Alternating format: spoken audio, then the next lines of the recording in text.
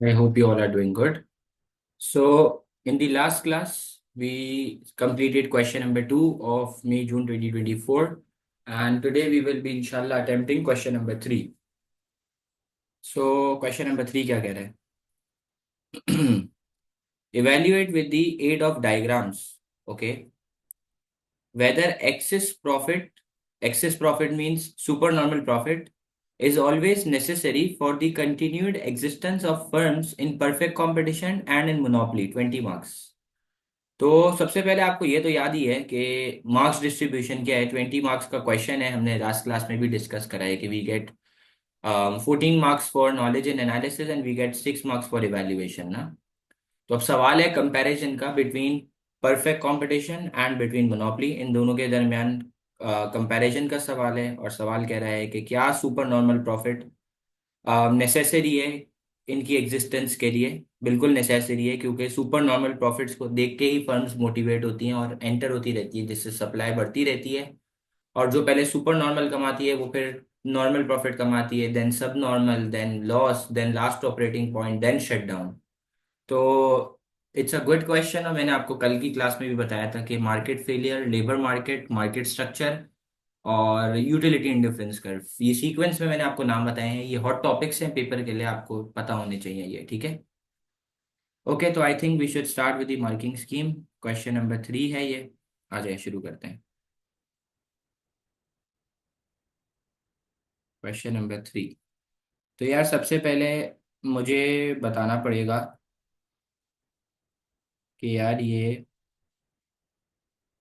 Perfect competition क्या है, ठीक है। सबसे पहले मैं इसको समझाऊंगा कि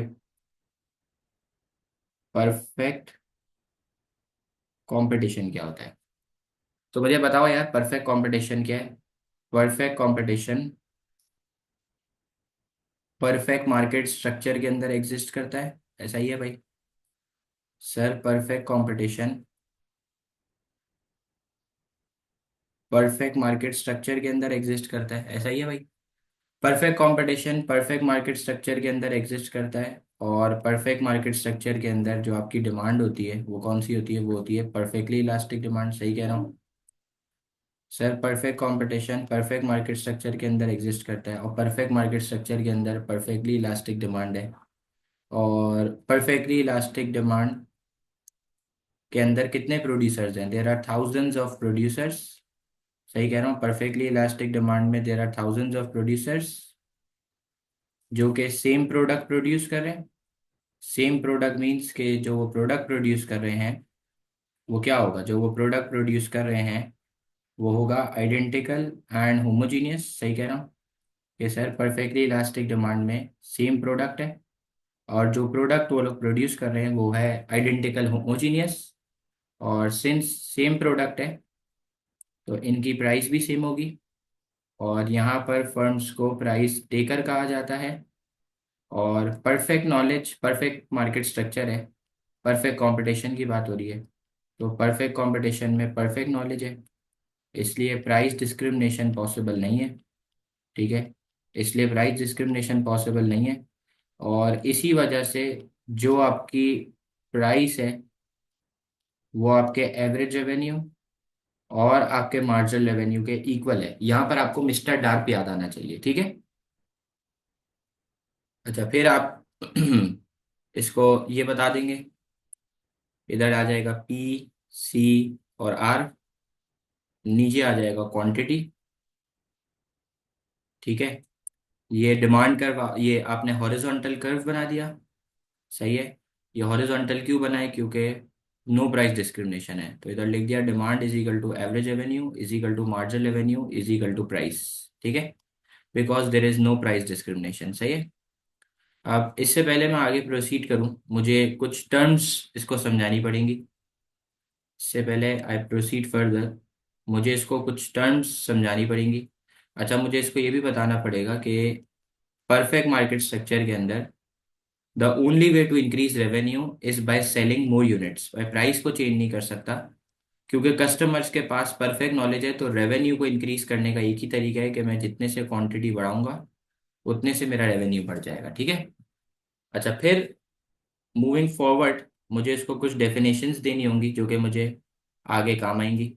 पहली डेफिनेशन जो मुझे देनी होगी वो होगी total revenue, average revenue, marginal revenue और मार्जिनल कॉस्ट। ये डेफिनेशंस मुझे आगे काम आएंगी। तो यार टोटल रेवेन्यू क्या होता है? Total revenue is total sales of the producer. Total revenue total sales है प्रोड्यूसर की। और एवरेज रेवेन्यू क्या होता है? Per unit revenue. और मार्जिनल रेवेन्यू क्या है? हर एडिशनल यूनिट पे जो आप एडिशनल रेवेन्यू अर्न कर रहे हो।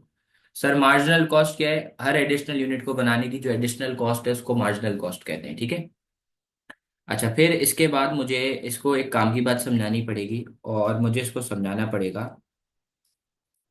डिफाइन, मुझे इसको समझाना पड़ेगा profit maximising level of output. इसके बाद मुझे इसको क्या समझाना होगा?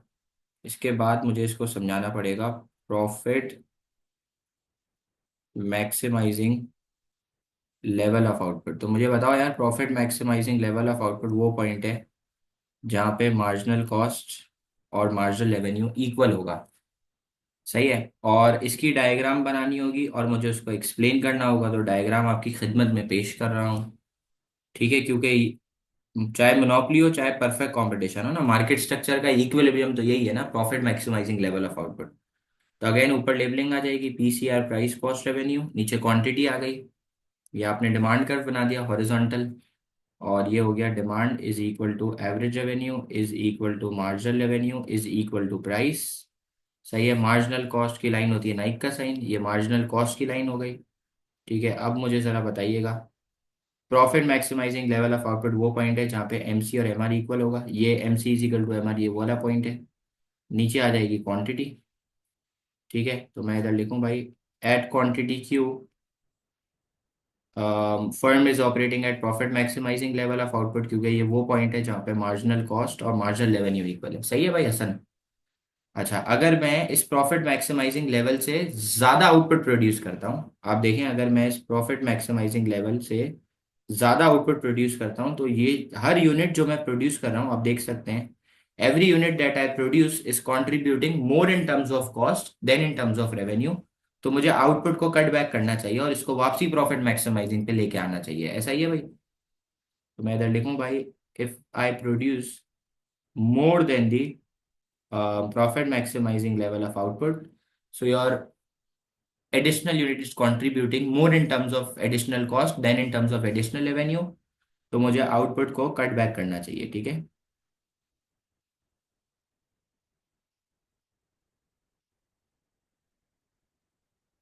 मुझे आउटपुट को कट बैक करना चाहिए, सही है।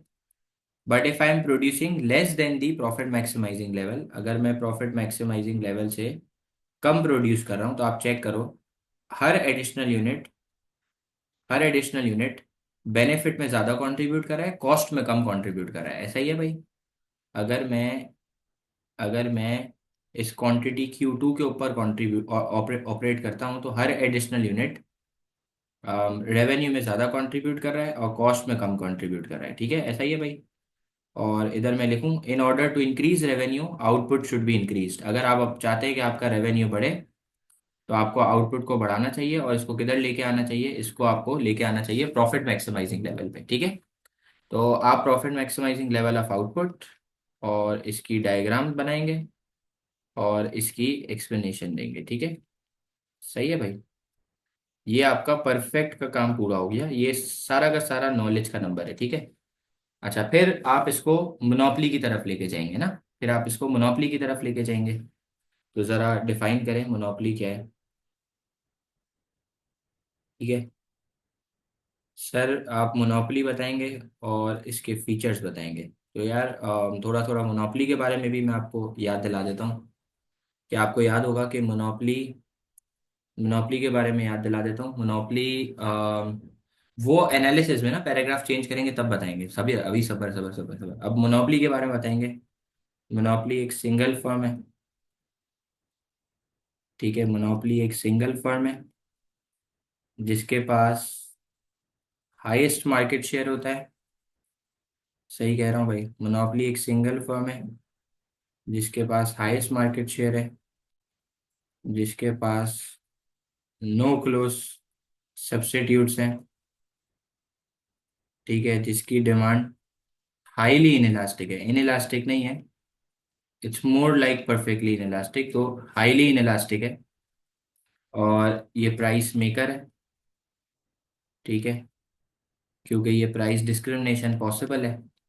क्यों पॉसिबल है भाई? क्योंकि इम्परफेक्ट मार्केट स्ट्रक्चर का हिस्सा है ना, और इम्परफेक्ट मार्केट स्ट्रक्चर में इम्परफेक्ट नॉलेज होती है, इसलिए प्राइस डिस्क्रिमिनेशन भी कर सकती है मोनोपोली। ऐसा ही है भाई? तो इधर लिखूं भाई, since monopoly is a part of imperfect market structure, तो इस वजह से प्राइस डिस्क्रिमिनेशन पॉसिबल है, क्योंकि लोगों के पास इम्परफेक्ट नॉलेज है। इसी वजह से जो आपकी प्राइस है वो आपके एवरेज रेवेन्यू और आपके मार्जिनल रेवेन्यू के इक्वल नहीं है। सही कह रहा हूँ? अच्छा, फिर मोनोपोली हमेशा रिसोर्सेज की अंडर एलोकेशन करता है, और अंडर एलोकेशन करके ये शॉर्टेज क्रिएट करता है, और फिर ज़्यादा प्राइस चार्ज करता है। ठीक है, ओके है। अच्छा, फिर सुनना। आ,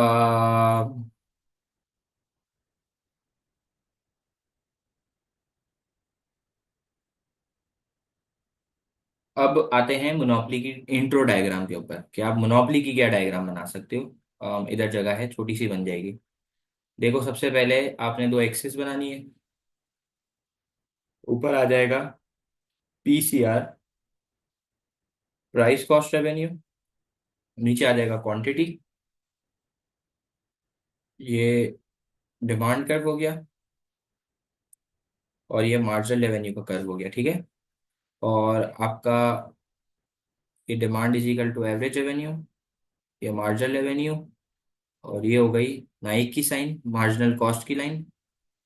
एक मोनोपोली ऑपरेट करती है प्रॉफिट मैक्सिमाइजिंग लेवल पे, ये इसका प्रॉफिट मैक्सिमाइजिंग लेवल है, और ये इसकी एवरेज कॉस्ट की लाइन है। ठीक है, सही है भाई, ये एवरेज टोटल कॉस्ट की लाइन है। एक मोनोपोली ऑपरेट करती है एमसीजिकल टू एमआर पे, और यहाँ से ये जहाँ डिमांड कर्व पे टच होगा ना, वहां से आ जाएगी प्राइस, और जहाँ कॉस्ट की लाइन से टच होगा वहां से आ जाएगी कॉस्ट। ठीक है, जहाँ कॉस्ट की लाइन से टच होगा वहां से कॉस्ट आ जाएगी। तो आप देखें, ये डिमांड कर्व से टच हो रहा है पॉइंट ए पे, तो ये प्राइस आ गई, और ये कॉस्ट की लाइन से टच हो रहा है पॉइंट बी पे, तो ये कॉस्ट आ गई। ठीक है, ओके है। ये इंट्रो हो गया। अब आप मुझे बताओ, अब आपको क्वेश्चन को देखते हुए अब आप मुझे बताओ, अब आपको क्या बताना होगा। प्लीज थोड़ा सा मेहनत करें। आप क्वेश्चन को एक बार फिर पढ़ें। अब आप बताएं, इंट्रो तो सारा मैंने दे दिया, अब नॉलेज पूरी हो गई है, अब एनालिसिस के लिए क्या करा जाए, बताएंगे प्लीज? नॉलेज तो आपकी पूरी हो गई।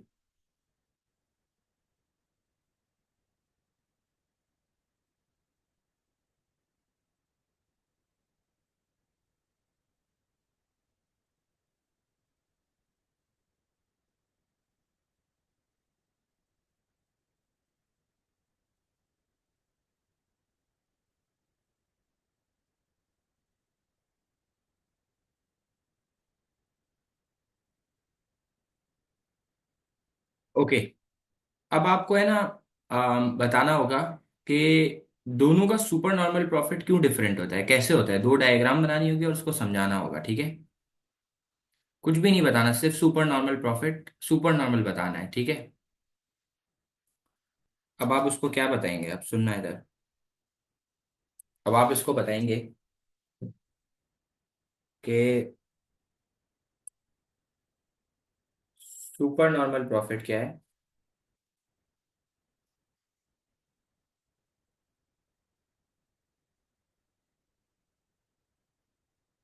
डिफाइन सुपर नॉर्मल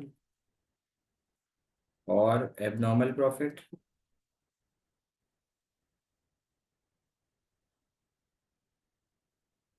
आप डिफाइन करेंगे सुपर नॉर्मल और एबनॉर्मल प्रॉफिट को। ठीक है,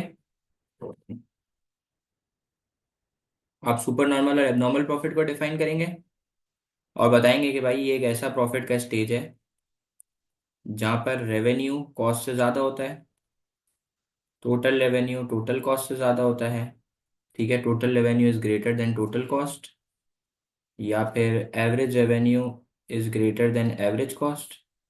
ठीक है, और आप इसको बताएंगे कि ये वो प्रॉफिट है जिसको देख के अदर फर्म्स मोटिवेट होती हैं। ठीक है, अदर फर्म्स मोटिवेट होंगी। सही है, other firms will get motivated, इसको देख के दूसरी फर्म्स मोटिवेट होंगी। और जब वो फर्म्स मोटिवेट होंगी तो फिर उनको दिखेगा कि बहुत प्रॉफिटेबल है, तो सप्लाई फॉर फर्म्स जो है वो बढ़ जाएगी। सही कह रहा हूँ? इसको देख के दूसरी फर्म्स मोटिवेट होंगी और फिर सप्लाई ऑफ फर्म्स बढ़ जाएगी। और जब सप्लाई ऑफ फर्म्स बढ़ेगी तो मार्केट शेयर जो है वो आपका डिवाइड होगा। सही कह रहा हूँ? जब फर्म्स की सप्लाई बढ़ेगी तो मार्केट शेयर डिवाइड होगा, और जो पहले सुपर नॉर्मल कमा रहा था अब वो क्या कमाएगा, अब वो नॉर्मल कमाएगा। ठीक है, firms will start earning normal profit. ठीक है, firms will start earning normal profit. ठीक है। अच्छा, फिर आप इसको बताओगे कि ये जो सुपर नॉर्मल प्रॉफिट है, ये आप इसको बताओगे कि ये जो सुपर नॉर्मल प्रॉफिट है, परफेक्ट कंपटीशन में जो फर्म्स है ना, परफेक्ट कंपटीशन में जो फर्म्स है वो शॉर्ट रन के अंदर सिर्फ और सिर्फ सुपर नॉर्मल प्रॉफिट्स अर्न करेंगी। सही क्या बोला? जो परफेक्ट कंपटीशन है उसके अंदर फर्म्स शॉर्ट रन में सुपर नॉर्मल प्रॉफिट अर्न करेंगी। बेटा वो तो फीचर्स में आ गया ना, आप बैरियर्स वगैरह बताओगे। सही है, फर्म्स शॉर्ट रन के अंदर परफेक्ट कंपटीशन में जो फर्म्स है वो शॉर्ट रन में सुपर नॉर्मल कमाएंगी। लेकिन मोनोपोली के अंदर, सिंस अकेली है ना, अकेली फर्म है फर्म्स, मोनोपोली में जो फर्म है वो लॉन्ग रन में सुपर नॉर्मल प्रॉफिट कमाएगी। ठीक है, फिर हमें डायग्राम बनानी होगी दोनों की। ठीक है, और एक्सप्लेन करना होगा। दो डायग्राम बना देता हूँ आपके सामने और फिर इवेल्युएशन पे जाएंगे। सही है? ओके है, आओ डायग्राम बनाते हैं दोनों की। बेटा सबसे पहले दो एक्सिस बना दी। ठीक है, ऊपर आ जाएगा PCR, प्राइस कॉस्ट रेवेन्यू, और नीचे आ जाएगा क्वांटिटी। ये डिमांड कर्व हॉरिजॉन्टल हो गया, और इधर मैंने क्या लिख दिया, इधर मैंने लिख दिया demand is equal to average revenue is equal to marginal revenue is equal to price. ठीक है, हाँ ये भी लिख सकता है, कोई मसला नहीं है हसन। ठीक है।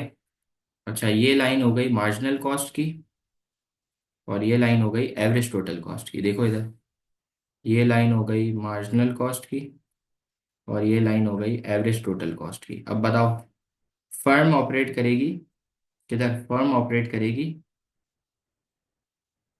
फर्म ऑपरेट करती है किधर? Profit maximising level of output पे, जो कि होता है MC=MR। ये इक्विलिब्रियम हो गया, यहाँ से नीचे लेके गया तो जहाँ कॉस्ट की लाइन से टच हो रहा है, देखो वहां से मैंने कॉस्ट निकाल ली। ठीक है, तो अब अगर आप गौर करो, अब अगर आप गौर करो, अगर आप गौर से देखो तो आपकी जो टोटल कॉस्ट है वो है OCAQ। ये आपका टोटल कॉस्ट है अगर आप गौर करो तो, और ये आपका टोटल रेवेन्यू है। ऐसा ही है भाई, OCEQ। तो आपका टोटल रेवेन्यू जो है वो है OPE और Q। और जो आपका सुपर नॉर्मल प्रॉफिट है वो क्या है? वो है CPEA।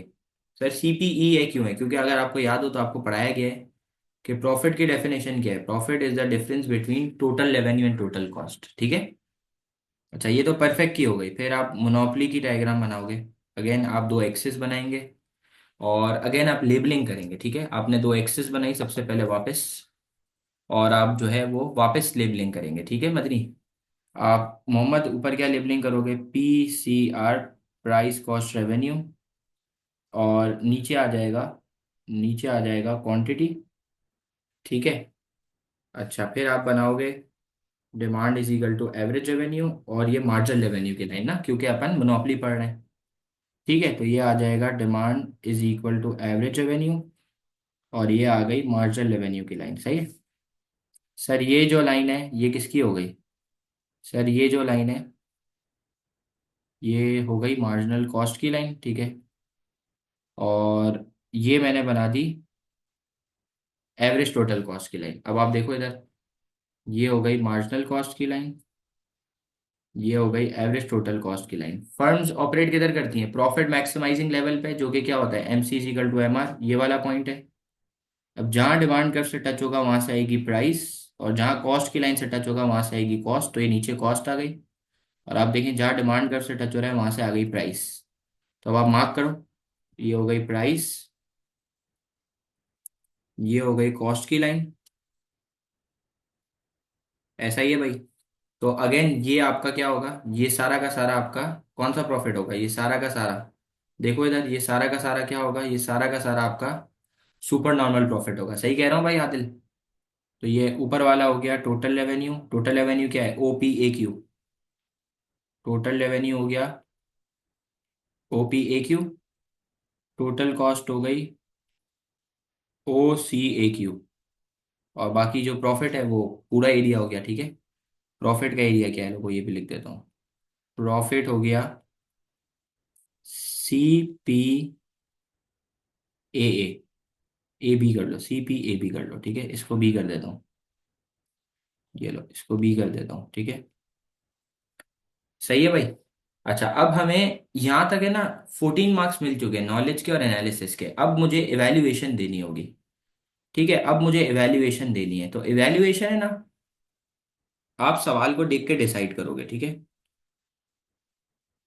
अब आपको इवैल्यूएशन देनी है, जिसको हम लोग आसान जबान में कंक्लूजन भी कहते हैं ना। और इवैल्यूएशन के आपको है ना 6 मार्क्स मिलेंगे, ठीक है। अब आपको इवैल्यूएशन देनी है, मैं आपको 1 मिनट दे रहा हूँ, आप जरा 2 मिनट लो, सोच लो इवैल्यूएशन क्या लिख सकते हो। अच्छा, अब आप कंक्लूजन में क्या लिख सकते हैं? Supernormal profit are not controlled by the firm in perfect competition, but a product of increased demand to which the firm reacts by equating MR to MC. The nature of a supernormal profit is transitory. ये कह रहा है भाई perfect competition में super normal profit control में नहीं है, क्योंकि फ्री बैरियर्स होते हैं एंट्री एग्जिट के। फर्म्स एंटर इजीली कर सकती है और एग्जिट कर सकती है, तो कोई भी फर्म सुपर नॉर्मल प्रॉफिट ज्यादा टाइम तक नहीं कमाएगी। हर फर्म नॉर्मल प्रॉफिट, सब नॉर्मल, ये सब कमा रही होगी। तो पहला पॉइंट हमें मिल चुका है। और पहला पॉइंट हम लोग क्या लिखेंगे, हम लोग लिखेंगे, पहला पॉइंट हम लोग लिखेंगे इवैल्यूएशन के अंदर, supernormal profits, supernormal profits are not,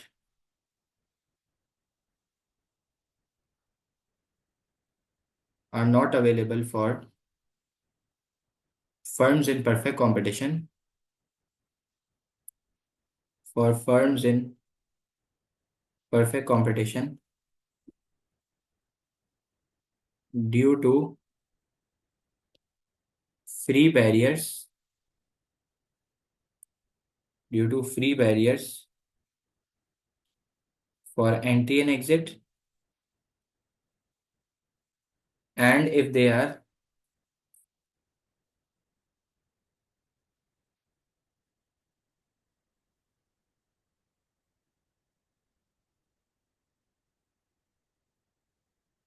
and if they are unable to meet the increased demand, ठीक है। ये पहला पॉइंट हो गया। और क्या लिख सकते हो आप? और हसन ने एक पॉइंट बताया था, वो काफी अच्छा था, कि फ्री बैरियर्स की वजह से फर्म्स एंटर करती रहेंगी और प्रॉफिट का स्टेज चेंज होता रहेगा। सही है, फ्री बैरियर्स की वजह से फर्म एंटर करती रहेंगी, फ्री बैरियर्स की वजह से ease to entry and exit है ना, इजी एंट्री एग्जिट है। फ्री बैरियर्स की वजह से ease to entry and exit, entry exit आसान है, इसलिए firms will either earn, firms will either earn subnormal, subnormal profit, subnormal profits, ठीक है। या तो नॉर्मल कमाएगी या तो सब नॉर्मल कमाएगी, ठीक है। अब जरा मोनोपली का लिख लेते हैं। Monopoly can earn supernormal profits in the short run due to high barriers for entry and exit, due to high barriers for entry and exit. ठीक है, एक तो ये पॉइंट हो गया कि एंट्री एग्जिट के बैरियर्स हाई हैं। सही है। एंड एंट्री एग्जिट के बैरियर्स हाई हैं। और दूसरा मसला क्या है? And he will charge a higher price, and he will charge a higher price due to under allocation. सही है, वो शॉर्टेज क्रिएट करके ज़्यादा प्राइस भी चार्ज कर सकता है, ये भी हो सकता है। ठीक है ना, कि वो शॉर्टेज क्रिएट करके ज़्यादा प्राइस चार्ज करेगा। ऐसा ही है भाई। ठीक है।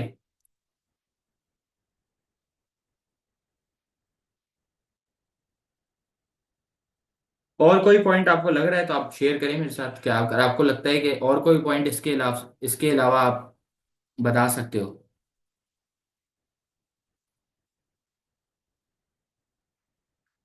अच्छा, एक और पॉइंट लिख सकते हो आप। Moreover, monopolies can exploit the chance the chances of other firms to earn super normal profit as it is difficult as it is difficult